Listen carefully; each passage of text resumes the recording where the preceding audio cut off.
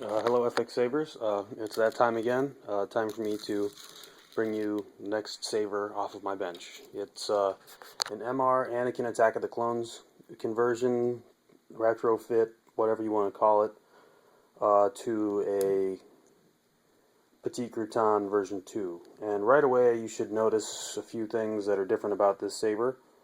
Obviously there's a few extra or replacement greeblies, depending on how you want to look at it. I actually machined all of the brass pieces on this saber with my new lathe. This one has a cross pattern diamond knurling. I'll show that in the glams. This is a spike with like a rounded collar piece, another spike here, and down here is actually the aux switch with a custom brass switch hat. There it is. It's the first machine switch hat I've had on a saber, and I don't know that I'll do it any other way ever again, because that's probably the best way to do an aux switch ever. Here I drilled out the crappy little bubbles that were in there. Well, I drilled out the holes after I pried out the bubbles carefully with an X-Acto knife tip. I left a little bit of a gap here. Obviously you can tell that the silver piece of the control box is missing. This is a Sith saber, that's why. That's why the brass too.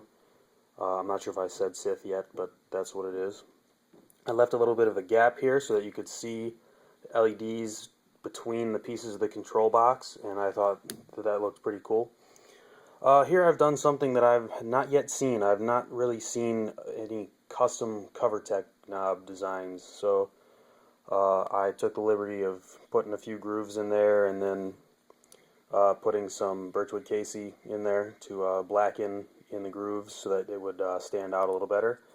And I machined a nice brass, let's see if I can get it in the light here,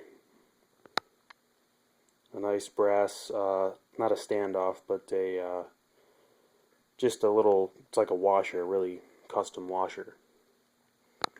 So there's all of that. The activation switch is the stock slide switch here. I have down as on so that you're not swinging it and accidentally bring it down, and up is off. Let's see, I drilled this hole. I drilled quite a few holes in. I used a Mace Windu conversion kit. Oh yeah, I made another Tri-Rebel shim. This is my version 2 shim. It works much better than the first one did. I don't know if you could see it in there. And you can see I widened out the blade holder lip. I made a nice chassis for this, which I'll get into in a minute. On the bottom here, I have this speaker mesh thing. I machined a custom Delrin piece that was like a ring with a lip in it that I press fit this into. It was a very, very tight press fit. And it was also a very tight press fit into the saber, so there's no adhesives holding any of that on in the bottom. But it's also not attached to the upper chassis or speaker holder, so it doesn't have to go in and out of the hilt a bazillion times. It just can sit right there. I don't think it's ever going to move out of that place. It was a pretty good press fit. If it ever does, it could very simply be press fit back into place, but I'll show you when I get the hilt apart that it's not going anywhere. So I don't really have a better way to do this and still show you. I also custom machined a kill key.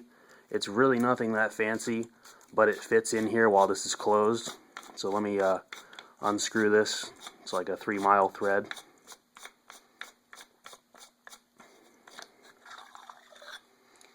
There you can see the mesh piece is still in there, and you can sort of see the custom machine piece down in there. And I'm pushing on that pretty hard, and it's not going anywhere. So yeah, there's that. Back to the saber. Let's see if I can put this up here while I'm doing this. Yes, I can. This is probably the best chassis I've ever made. Having my belt sander really helped on this one. The PVC clips, like I've been using very, very often for about, I don't know, 8 months, are holding the board in place. I have a piece of double stick foam tape on the back of the CF, but I only stuck it to the CF, and I let the adhesive, or I let the backing stay on the far side, just to give it a little bit more evenness with the SD card holder, so the CF isn't sitting you know, at an angle, sort of like this. In the Sabre, it's sitting nice and flat.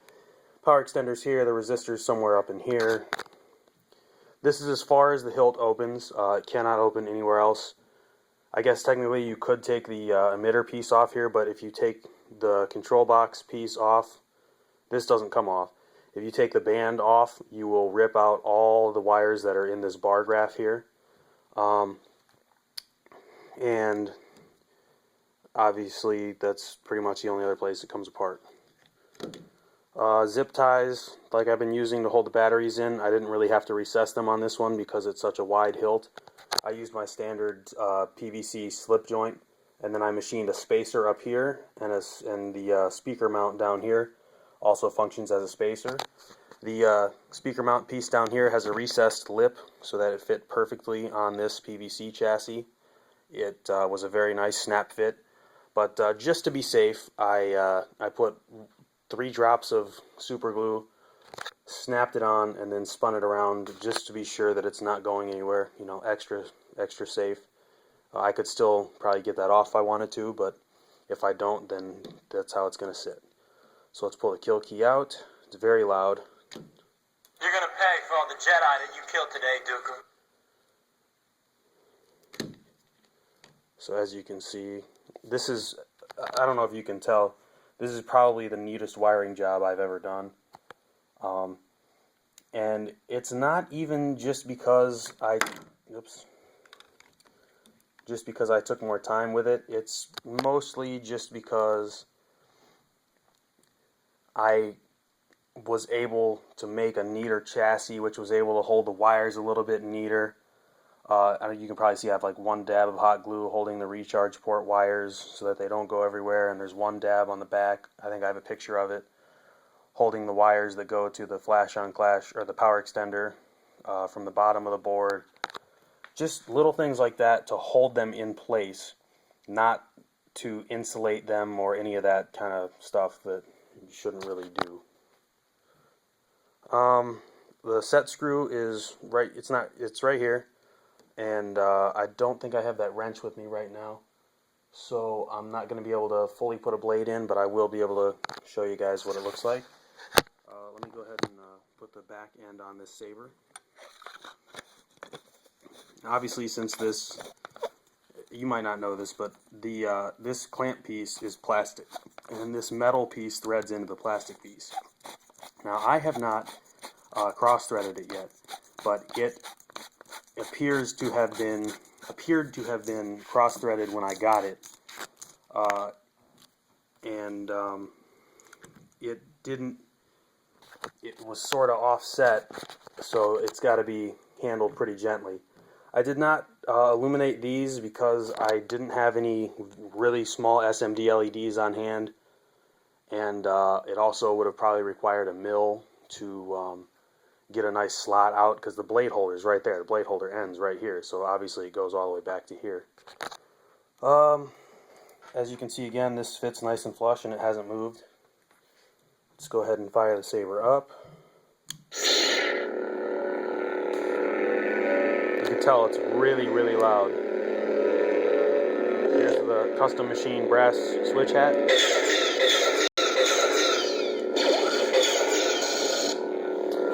Tri-Rebel RR, or red, orange, and green for the flash to make a nice yellow. Let me go ahead and stick a blade in, or at least partially.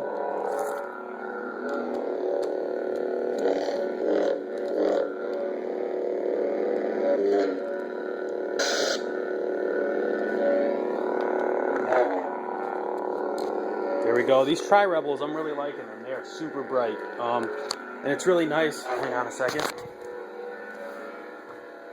It's really, really nice to be able to center drill a hole through the heat sink and run the wires directly through the back end here.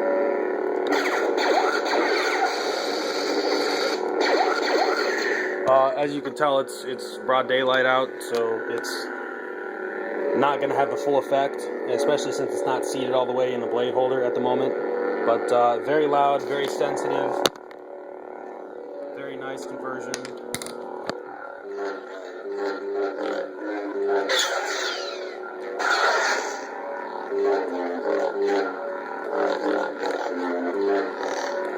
I wanted to make this very special to be, because it's an MR Anakin hilt, which is probably the biggest one that they have done, at least lengthwise. And I wanted to make sure that this hilt was every bit worthy of the CF that it got. So there it is, and I hope you guys enjoy it, and thank you for watching. Later.